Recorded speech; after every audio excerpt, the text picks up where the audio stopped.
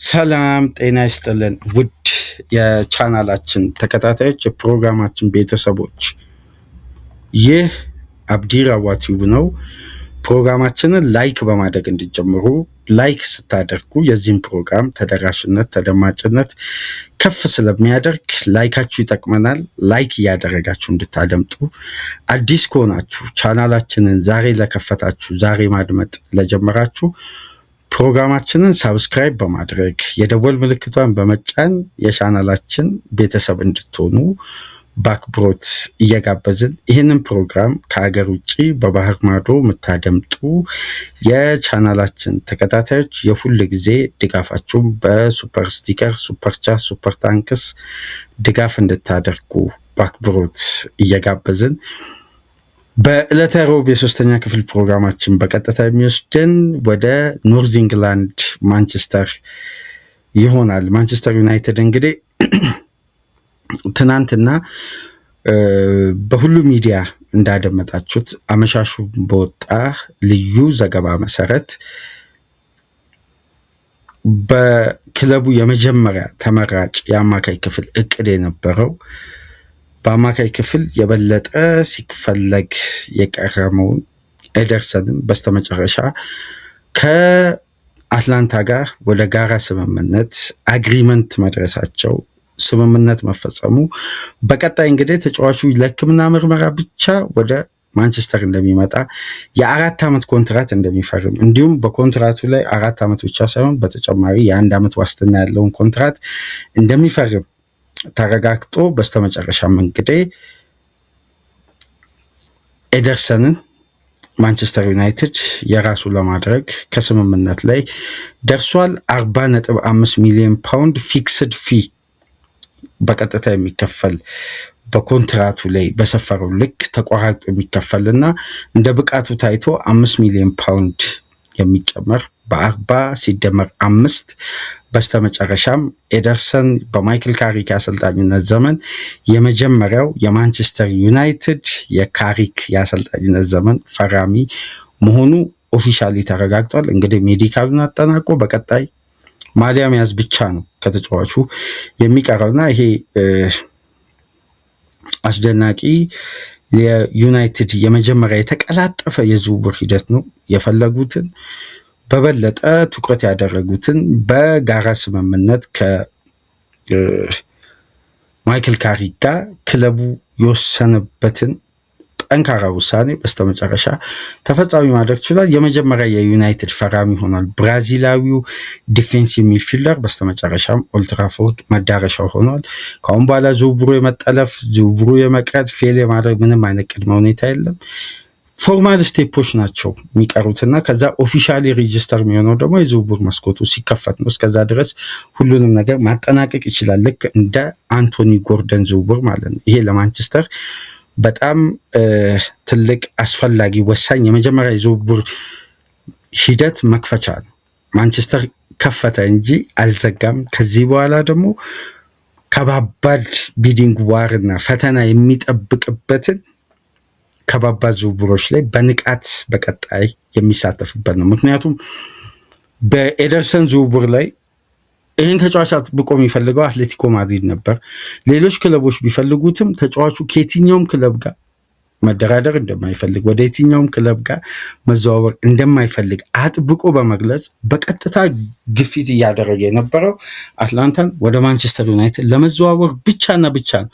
ወደየትም ክለብ ለመዘዋወር ፍላጎት አላሳየም ወይም ኦፕሽኖችን አልተመለከተም። ፍላጎቱ ዩናይትድ ነበር፣ መዳረሻውም ዩናይትድ ሆኗል። በስተመጨረሻ ዩናይትድ የመጀመሪያ ፈራሚውን አውቋል፣ ለይቷል ማለት ነው። ከወደ ጣሊያን ወደ እንግሊዝ ኤደርሰን የማንቸስተር ዩናይትድ የመጀመሪያ ፈራሚ ማለት ነው። አሁን የዩናይትድ ቀጣይ እቅዶች ላይ ነው የበለጠ ምንወያየው። ምክንያቱም ቢዲንግ ዋር ይጠብቀዋል። ቢዲንግ ዋሩ ደግሞ ዩናይትድ ላለፉት ጊዜያት በትኩረት አብዝቶ ሲፈልገው የነበረው የበለጠ ትኩረት አድርጎ በርካታ ጊዜ ስሙ ሲያያዝ የነበረው ዩናይትዶች በጥብቅ እየተከታተሉት በርካታ ጊዜ ከዩናይትድ ጋር ስሙ ተያይዞ እየተነሳ የሚገኘው ማቲያስ ፈርናንዴዝ ነው፣ ፖርቱጋላዊ። ሌላኛው ፖርቱጋላዊ ደግሞ ራፋኤል ሊያው ነው። የበለጠ ስለ ሁለቱ ተጫዋቾች ትናንትና በጣሊያን ጋዜጦች እንዲሁም በማንቸስተር ዩናይትድ በኩል በስፋት እየወጣ ነው የሚገኝ። ማንቸስተር ዩናይትድ ሌሎች እቅዶችም አሉት፣ ሌሎች የዝውውር ዲፓርትመንት ለማጠናከር ያቀዳቸዋል። አሁን ስንመለከት ማቲያስ ፈርናንዴዝ የሚያመጣ ከሆነ የሳንድሮ ቶናሊን ዝውውር አይተውም። ቶናሊ የመምጣት እድል ወደ ዩናይትድ በጣም ሰፊ ነው። አሁን ግን ዩናይትድ አጥብቆ እየሰራ የሚገኘውና ምናልባት ከፍተኛ የገንዘብ ፉክክር ወይም እንግዲህ ማንቸስተር ዩናይትድ ባለው ስምና ዝና ባለው ብራንድ እየተጠቀመ ተጫዋቾችን ሊያስፈርም የሚችልበት አንዱ መመዘኛ፣ ይህን ስትራቴጂ ባለፈው ፕሮግራም ላይ ስናነሳ ነበር፣ ትቷል። አሁን በስሌትና በእርጋታ ዝውውሮችን ያካሂዳል እያልን ነበር። ግን የማቲያስ ፈርናንዴዝ ዝውውር የዩናይትድን ብራንድ የሚያስፈልግበት ዝውውር ይመስለኛል። ለምን? ይሄ ተጫዋች በሊጉ ሻምፒዮን በአርሴናል በጥብቅ ይፈለጋል። ግን የብሔራዊ ቡድን ጓደኛው ወይም የሀገሩ ልጅ የበለጠ ቢመጣ ኮንፈርት ዞን ሊሰማ የሚችለው ወደ ማንቸስተር ዩናይትድ፣ ምክንያቱም ብሩኖ ፈርናንዴዝ ስላለ። አሁን የዩናይትድ አንዱ ፓወር ሊሆን የሚችለው በተለይ በርካታ ክለቦች ያፈጠጡበት ተጫዋች ላይ ሲሆን እንደነዚህ አይነት ይሄ የግል ቀረቤታ እንደ አድቫንቴጅ ሊጠቀም ይችላል። ብራንዱን ሊጠቀም ይችላል፣ ዓለም አቀፍ ብራንድ። ምክንያቱም ለዩናይትድ መጫወት በእንግሊዝ ምድር ያለውን ትርጉም አብዛኛው ተጫዋቾች ስለሚያውቁት ግዙፍነቱን። በእንግሊዝ እግር ኳስ ታሪክ ከሁለቱ ታላላቅ ክለቦች መካከል አንዱ መሆኑ፣ ይሄ ጉዳይ ደግሞ የበለጠ ተጫዋቾችን ማንቸስተር ዩናይትድን ተመራጭ እንዲያደርጉ መንገዱን ይከፍታል ማለት ነው። ያለው የስምና የብራንድ ግንባታ ቀላል አይደለም።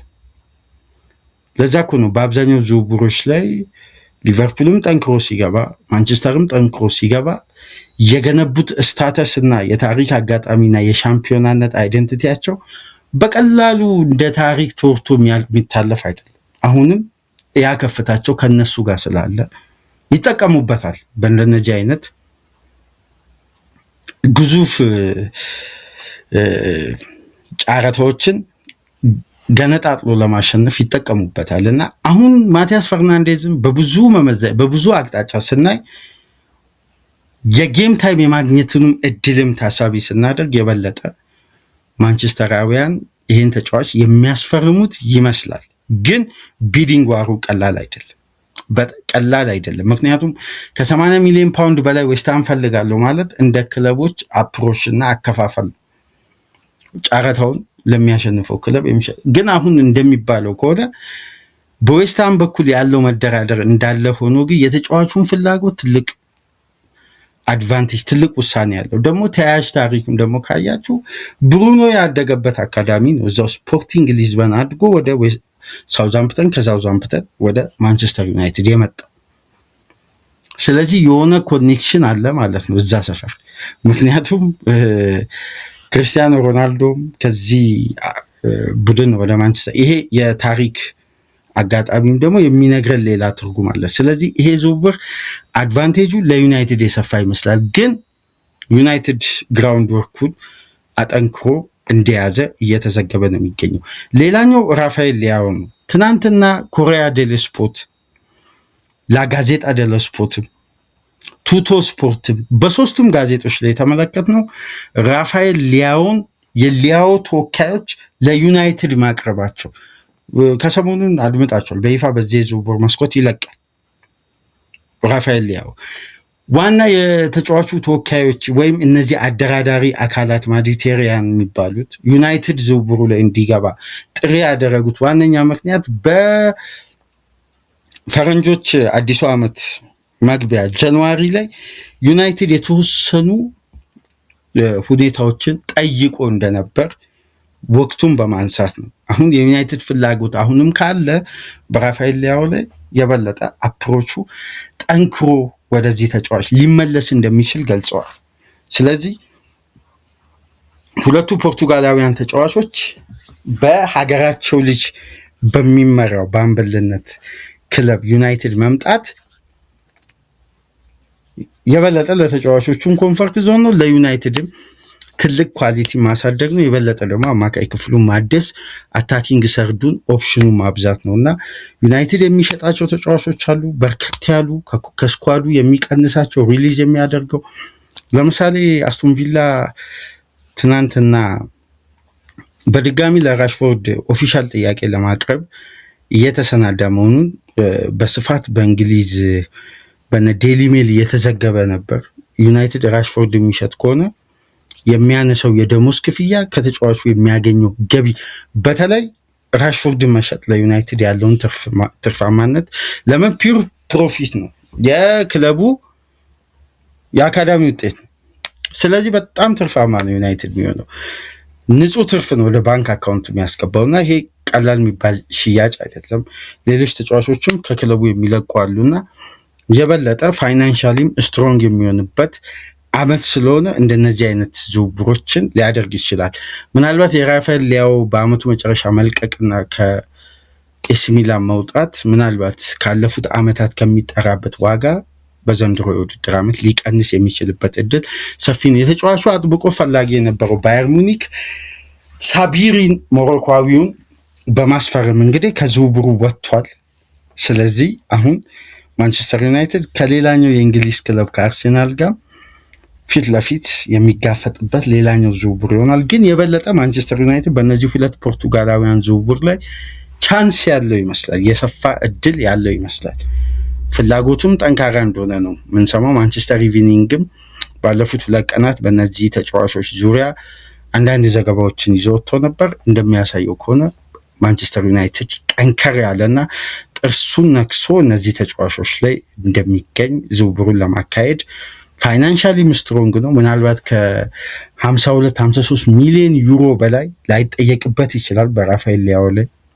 ይሄ ደግሞ የበለጠ ዩናይትድ በገበያው ላይ ባለፈው ዕለት እንዳነሳውላችሁ ኦፖርቹኒስቲክ ዲል ላይ አንደኛው አጋጣሚ ይሄ ሊሆን ይችላል። እንደነዚህ አይነት ውሎችን በአስተማማኝ ሁኔታ የማፍረስ ስለዚህ ራፋኤል ሊያውን የማስፈረም እድል ዩናይትድ በደንብ አለው ማለት ነው። እንደውም አንድ እውቅና ያልተሰጠው ለየትኛው ሚዲያ የማይሰራ ኒኮላስ ሸክ የሚባል ቤልጂየማዊ ሪፖርተር ጣሊያን የሚገኝ ደጋግሞ ይጽፋል በኤክስ ገጽ፣ ምናልባት ታውቁት ይሆናል። ግን አንዳንድ ዘገባዎቹ በእርግጥ ተፈጻሚ ሲሆኑ 70-80 በመቶ ተመልክተናል እና እሱ እንደሚለው ከሆነ አርሴናል ኢንተረስትድ ቢሆንም ግን ዩናይትድ አድቫንቴጁ ሰፊ ነው የሚለው። የመጨረሻው መረጃችን የሚሆነው በዩናይትድ በኩል እንግዲህ አሁንም የሉዊስ ሃል ጉዳይና የ54 ሚሊዮን ፓውንዱ ጥያቄ በቶክ ስፖርት ነው የተዘገበው በእነ አሌክስ ኮክ እና አሌክስ ኮክ ደግሞ ባለፉት 2 የዝውውር መስኮቶች በጣም ስምም ዝናም እውቅናም ያተረፉ ዘጋቢዎች ናቸው። መቀመጫቸው እንግሊዝ የሆነ ለቢቢሲ 5 ቶክ ስፖርት የሚሰሩ ጋዜጠኞች ናቸው። እነ ቤን ጃኮብስ ከዴቪድ ኦርኒስተን በመቀጠል አሁን በእንግሊዝ ጥሩ እውቅና እያገኙ የመጡ የዝውውር ዘጋቢዎች ናቸው። እንደውም የራሳችን እያሉ ኤክስክሉሲቭ ኒውስ እያሉ መረጃዎችን ማውጣት ጀምረዋል። ጠንከር ያለ ተቀባይነታቸው በጣም ከፍ ብሏል። የበለጠ ደግሞ አሌክስ ኮክ ለኒውካስል ቅርብ እንደሆነ ታውቃላችሁ። የኒውካስል ሪፖርተር እንደሆነ ይዘገባል በተደጋጋሚ።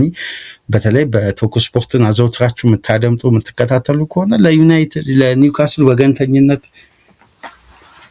በኒውካስል በኩል ያሉት መረጃዎችን ቀደም ብሎ በማውጣት ይታወቃልና ይሄ ዘጋቢ እንደሚለው ከሆነ አሁን ላይ ዩናይትድ 54 ሚሊዮን ፓውንድ ለመክፈል ፍቃደኛ መሆኑን ከውስጥ ለውስጥ የኒውካስል ኃላፊዎችን ጠይቋል። ምላሽ ባያገኙ በአንድ ወቅት ዘገባውን ወደ እናንተ አድርሰን ነበር። እስከ 65-70 ሚሊዮን ፓውንድ ለሉዊስ ሃል ኒውካስል ይጠይቃል። ከዓለም ዋንጫ ውጪ መሆኑ ቁጭት ፈጥሮበታል። ወደ ቶፕ ክላስ ክለቦች ብዘዋወር እንደነዚህ አይነት ስፍራዎችን አላጣም የሚል ግምት አለ ውስጡ ላይ ሉዊስ ሃል እና አሁን ዩናይትድ የረጅም ጊዜ የሾ ተተኪ ለማድረግም በቦታው ላይ አስተማማኝ ፉልባክም ለማምጣት ትላልቅ ጥያቄዎች ከሚነሱባቸው ባለፉት ዓመታት ውስጥ የአማካይ ክፍሉ ትልቅ እድሳት ቢፈልግም የግራ ፉልባኩም ጥያቄ ያለበት የበለጠ አስተማማኝነት ይጎለዋልና ይህንን ዲፓርትመንት የማጠናከር እቅድ አለ። የበለጠ ደግሞ ካሪክ ዶርጉን በአታኪንግ ሰርድ የመጠቀም ኦፕሽን ስላለው ከተከላካይ ፉልባክ ላይ የበለጠ የነ ሉዊስ አልን አይነት ፉልባክን የበለጠ ይፈልጋል እና አሁን የሉዊስ አልም ስም በስፋት በማንቸስተር ዩናይትድ ኃላፊዎች ከዩናይትድ ጋር ስሙ ተያይዞ እየተነሳ ነው የሚገኘው። ከኤደርሰን ፊርማ በቀጥታ ማቲያስ ፈርናንዴስ፣ ሳንድሮ ቶናሊ ቀጣዩ የዩናይትድ ትልቁ ፕላን ነው። ራፋኤል ሊያው ጎን ለጎን አለ፣ ሉዊስ አል ከበስተጀርባ አለ።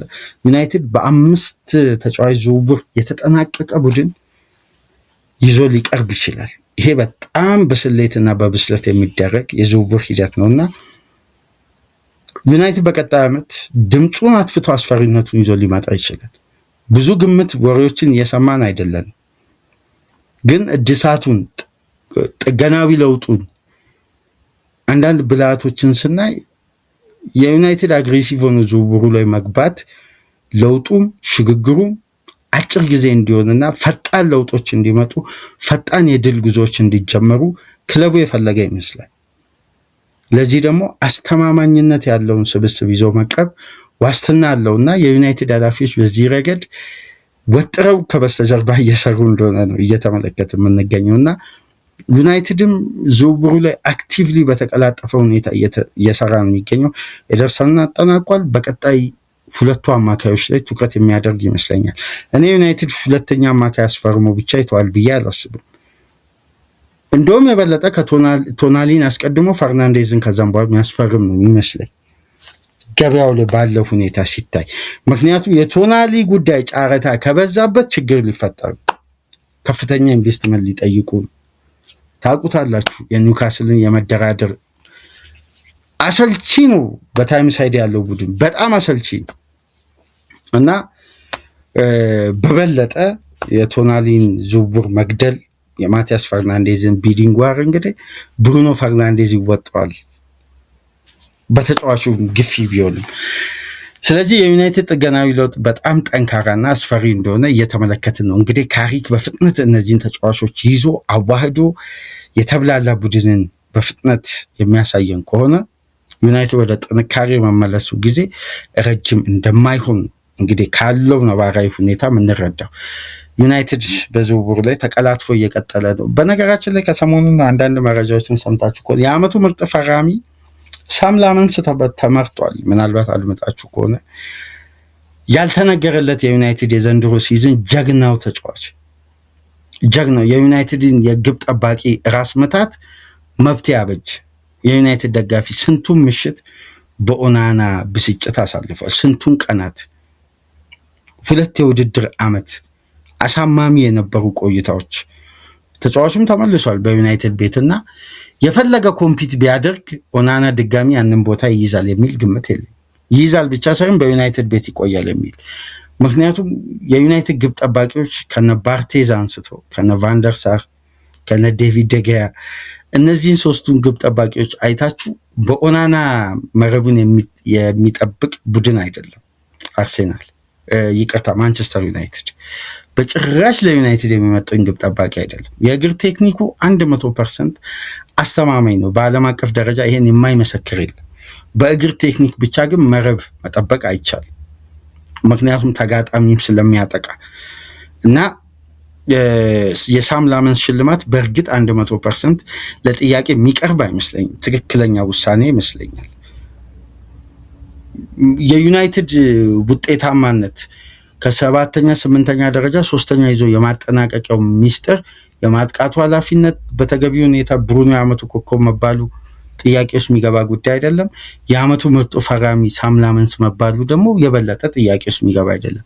ትክክለኛ ምርጫ ነበር እና በጣም አስደናቂ ግብ ጠባቂ የዩናይትድን የቀድሞ ጥንካሬ ሊመልስ የሚችል ምርጥ ግብ ጠባቂ ቡድኑ ማግኘቱን አሁን 1 ዓመት ኤክስፒሪየንስ አድርጓል። በዚህ ዕድሜ ቀጣይ ዓመት የበለጠ እንዴት ጎልብቶ እንደሚመጣ አብረን በጋራ የምንመለከተው ነው። ዩናይትድ እንግዲህ እየተሟላ መምጣቱን ከሚያሳዩ ምልክቶች አንዱ ምንድነው? የእንደነዚህ አይነት ግብ ጠባቂዎች አስተማማኝ መሆኑ። ስለዚህ ዩናይትድ ድምፁን አጥፍቶ በአስገራሚ ጥንካሬ እየመጣ የሚገኝ ቡድን ነው። ለማንኛውም ከተመቻችሁ ላይክ፣ ሼር፣ ሰብስክራይብ አድርጉ። ከሀገር ውጭ የምታደምጡ በሱፐር ስቲከር፣ ሱፐር ቻት፣ ሱፐር ታንክስ ድጋፍ አድርጉ። በሁለቱ ኮከቦች ከስታንፎርድ ብሪጅ ለመውጣት ደጅ ላይ የተገኙት ኤንዞ ፈርናንዴዝ እና ማርክ ኩኩሬያን በተመለከተ አጠር ያለ ቆይታ ይኖረናል። ሳትርቁ ጠብቁን። ተመልሰን መጣን። ሰላም ቆዩ።